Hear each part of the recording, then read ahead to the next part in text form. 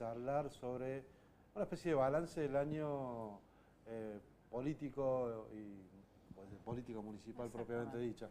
¿Cómo andas, Marcos? Hola, Fer. Hola, ¿Qué Nick, ¿cómo tal? andás? Buenas noches. La verdad que muy bien, cerrando como bien decís el año y la verdad que ha sido un año intenso.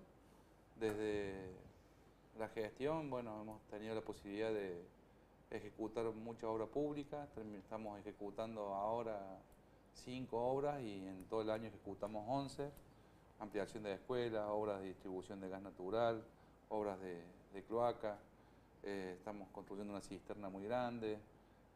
Hemos trabajado mucho, hemos hecho cordón cuneta, así que estamos realmente contentos y bueno, desde el punto de vista administrativo y los recursos, hemos estado haciendo realmente un esfuerzo muy grande, hemos estado eh, en estos últimos días presentando el presupuesto y la impositiva para el 2026.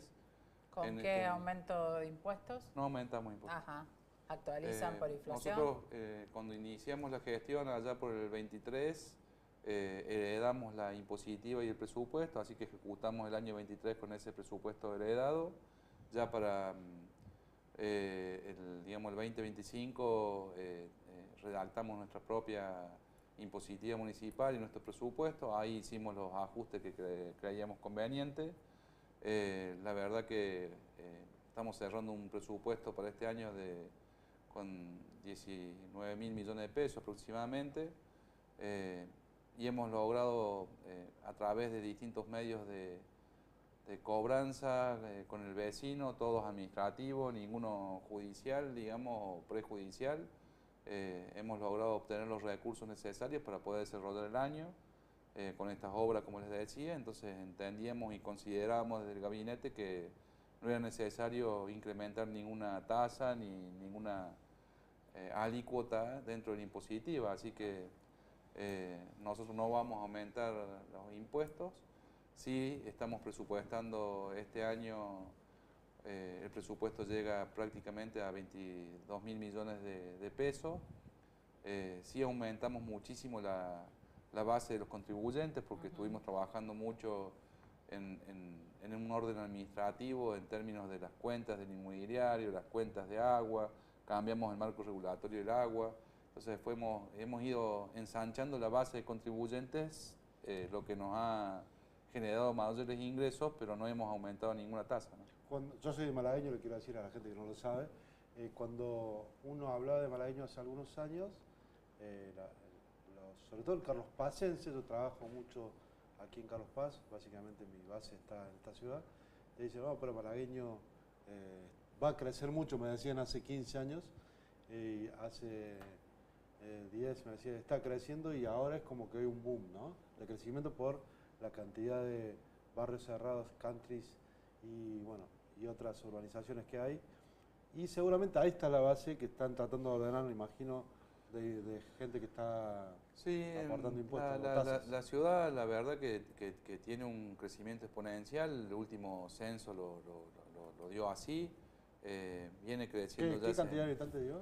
Mira, el censo nos dio 25.000 habitantes, pero por ejemplo el padrón electoral es de 22.000 electores. Entonces, según información del registro civil, tenemos unos 6.000, casi 6.800, casi 7.000 ciudadanos, digamos, de 0 a 16 años, y debemos tener otro tanto que, si querés, le ponemos el rótulo de habitante y no de ciudadano, porque no han hecho el cambio de domicilio. Claro, viven, pero Entonces, no. nosotros estimamos que somos alrededor de 33, 35.000 habitantes, distribuidos en 37 barrios, 240 kilómetros cuadrados. De esos 37 barrios tenemos unos 19 que son urbanizaciones especiales, el resto son barrios tradicionales, así que tiene que ver con eso, pero también el desarrollo de la ciudad tiene que ver con un desarrollo industrial muy fuerte. Este año logramos que el primer polo industrial de la ciudad tenga su escritura. Eh, Hemos trabajado mucho también en la promoción y en el desarrollo para tentar inversiones, así que hay inversiones importantes en la ciudad para el 2026, estaciones de servicio. ¿El turismo lo ves malagueño con futuro turístico? Yo entiendo que Malagueño tiene un perfil turístico en dos ejes. Tiene un perfil turístico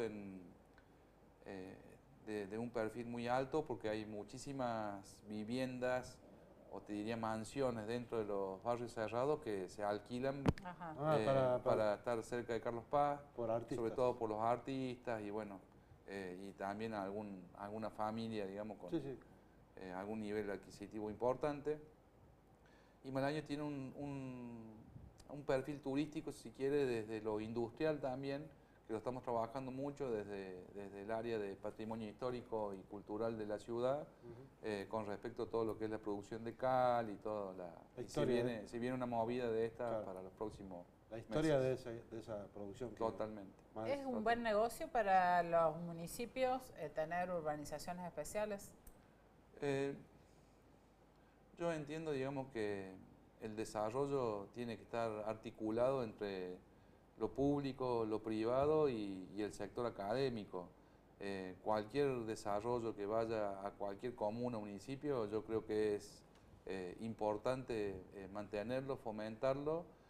Tampoco es que uno tiene que tentar inversiones a la ligera, ni a tontas ni a locas, digamos. Uno tiene que ir tratando de acompasar, digamos, el desarrollo de la infraestructura con el crecimiento de la ciudad. Nosotros cuando asumimos teníamos una ciudad que no tenía servicios. Entonces nosotros recompusimos el servicio de recolección de residuos, recompusimos el servicio de distribución de agua, por supuesto hicimos mucho mantenimiento de calles, y si vos no tenés estos servicios al día, es muy difícil que las inversiones lleguen a la ciudad. Así que yo creo que sí es importante la inversión en temas de desarrollo urbanístico, pero también es muy importante en términos de desarrollo de la industria, de la producción. Malagueño tiene 2 o 3 ejes muy marcados.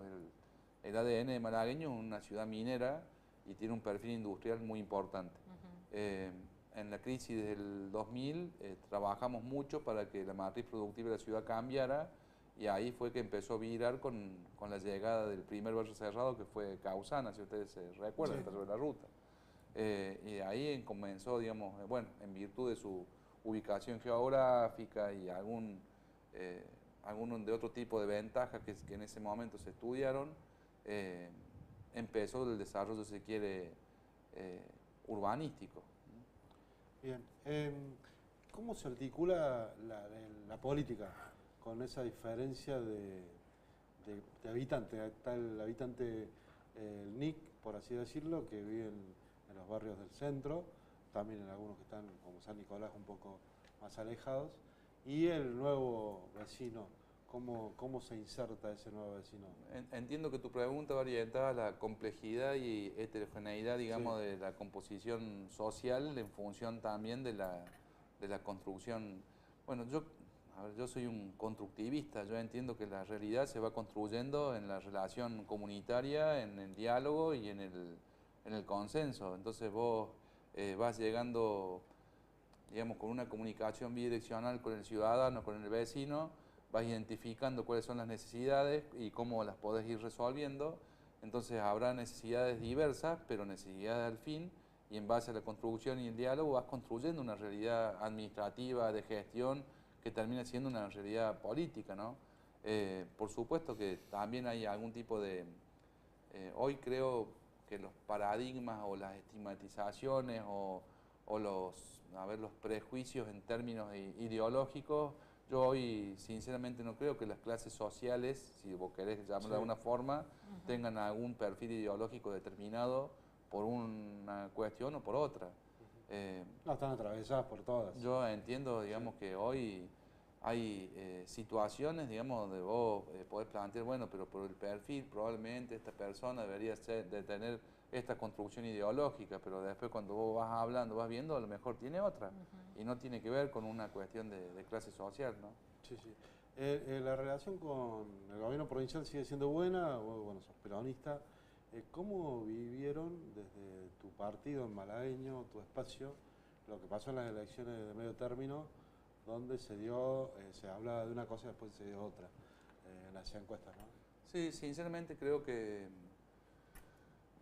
A nivel general se cometieron algunos errores, digamos, y me incluyo, y hago una autocrítica. Nosotros entendíamos, digamos, que la competencia era entre nombres, entonces uno pensaba que un estadista desarrollado como el ex gobernador Schiaretti tenía muchísimas más posibilidades frente a una figura nueva dentro de lo que es la política cordobesa, como es el señor Roca. Entonces creo que el primer error nuestro fue, pensamos que competían pilotos y no marcas. Claro. ¿Ah? Pero en realidad se vivió de una manera, digamos, todos aspiramos a ganar en cada cosa que hacemos, que apuntamos, ¿no? Pero tampoco hay que rasgarse las vestiduras, sí hay que empezar a entender que esto no fue un plebiscito, digamos, de la gestión local, porque la elección se nacionalizó, y si comparamos con resultados de las elecciones intermedias anteriores, bueno, Juez ganó en algún momento con el 56%. Sí, claro. En la última elección intermedia en la ciudad de malagueña había sacado el 22%, el 23%.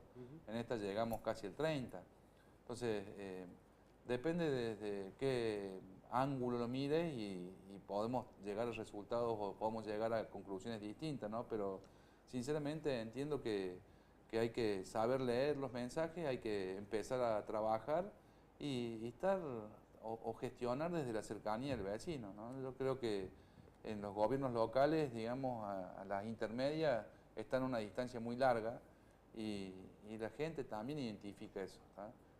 Si no, podemos hacer un análisis estadístico de los últimos 10 años, de las últimas, no sé, te diría 5 intermedias, los resultados, y después de las 5 ejecutivas, y estas variaciones se dan, cambia ¿no? mucho. Sí, sin embargo, se lo ve bastante preocupado el peronismo, como si en esta ocasión no estuvieran tan seguros de que vaya a ser posible eso, ¿no? ¿Cómo ves la reacción del oficialismo tras el resultado? Confío mucho en términos de territorio, digamos. Si hay algo que tienen, digamos, los constructivistas o los justicialistas, es esto, digamos. No importa las veces que uno se caiga, sino que es mucho más importante las veces que uno se levanta, y te lo dice alguien que lo electoral primero aprendió a perder y después a ganar, ¿no? Entonces, eso es... ¿Cómo es el tango? Primero hay que saber perder. Pero esto es así, digamos, y tampoco, a ver, esto sigue siendo política, sigue siendo, digamos, las aspiraciones que uno tiene para el lugar donde vive, para su territorio. Probablemente se haga entender mejor en un momento que en otro, pero no deja de ser eso. Por ahí mucha gente lo vive como si fuera el fin del mundo, pero bueno, perder una elección también es parte de toda la construcción política y de ir madurando paso a paso y de darse cuenta que hoy me parece que las aspiraciones del ciudadano pasan por otro lado. O por ahí siento que, digamos, que votan a lo mejor a un nivel libertario, pero te piden que gestiones como un peronista. Sí, eso sí. Entonces, por eso digo, pues, hay diferencia entre lo que es nivel nacional, provincial y lo que es el nivel local, ¿no? ¿Entendés que el gobierno de Milei fue ratificado en su política? Porque viste que hay muchas lecturas diferentes sobre lo que significa ese resultado. Con la poca experiencia que tengo, sí te puedo decir que todas las elecciones, el voto o la voluntad popular está atravesado por emociones. Siempre hay un componente emotivo muy fuerte en el electorado. A mí me parece que en esta elección el componente emocional o la emoción que predominó fue el miedo. Aquellas personas que tienen su desarrollo privado, que tienen a lo mejor alguna expectativa en términos de venta, en términos de poder ir cerrando determinados negocios, bueno, estaban con un ojo puesto en la reacción del mercado del lunes. Claro. Y aquellas familias, digamos, que están, no sé, dando panzazos para poder llegar a fin de mes, que a lo mejor también estaban con un ojo puesto en el mercado porque también el lunes querían llegar a fin de mes, digamos. Sí, sí. Eso por un lado, en términos del miedo económico que los vecinos del país del norte se encargaron de difundir bastante bien las 2 semanas previas a la elección o 10 días antes previo a la elección. Y el otro eje que me parece que también es el temor, fue el temor al pasado. Fue como miren que pueden volver, ¿no? Claro. Y creo que ese eje de temor surgió en septiembre con la elección de Buenos Aires, ¿no? Claro, por el triunfo Entonces me parece que en esta elección, digamos, lo que predominó fue eso. Y creo que en términos generales el justicialismo tiene que hacer lectura, tiene que agionarse a las nuevas épocas, tendría que sinceramente empezar a cambiar algunos paradigmas internos como para poder encarar la nueva época y las nuevas realidades. Si no se adapta, le va a costar mucho, pero bueno, en eso también tenemos que entender que dentro de la fuerza política del justicialismo y del peronismo, si hay algo que lo caracteriza es la adaptabilidad. Me cierro los ojos y me acuerdo de la elección que ganó de Narváez en Buenos Aires, no sé si se acuerdan ustedes. Sí, sí, sí. Bueno, ganó Kirchner. A Cristina. A Cristina. Claro. ¿Y a Néstor quién le ganó? Bullrich, ¿no? No, a Néstor le ganó. Le ganó. Narváez. Sí. Pero bueno, esas son cuestiones electorales, son cuestiones también de sensibilidad de los distintos partidos políticos en la cabeza de sus líderes sociales y qué lectura hacen y qué permeabilidad tienen para escuchar al resto, ¿no? Eso es lo que creo que va a determinar el resultado de las próximas ejecutivas. Muchas gracias, Marcos. Gracias Buenas a usted y a noches, disposición. muchas gracias. Un gusto como siempre. Nosotros seguimos, vamos a un pequeño corte y enseguida volvemos.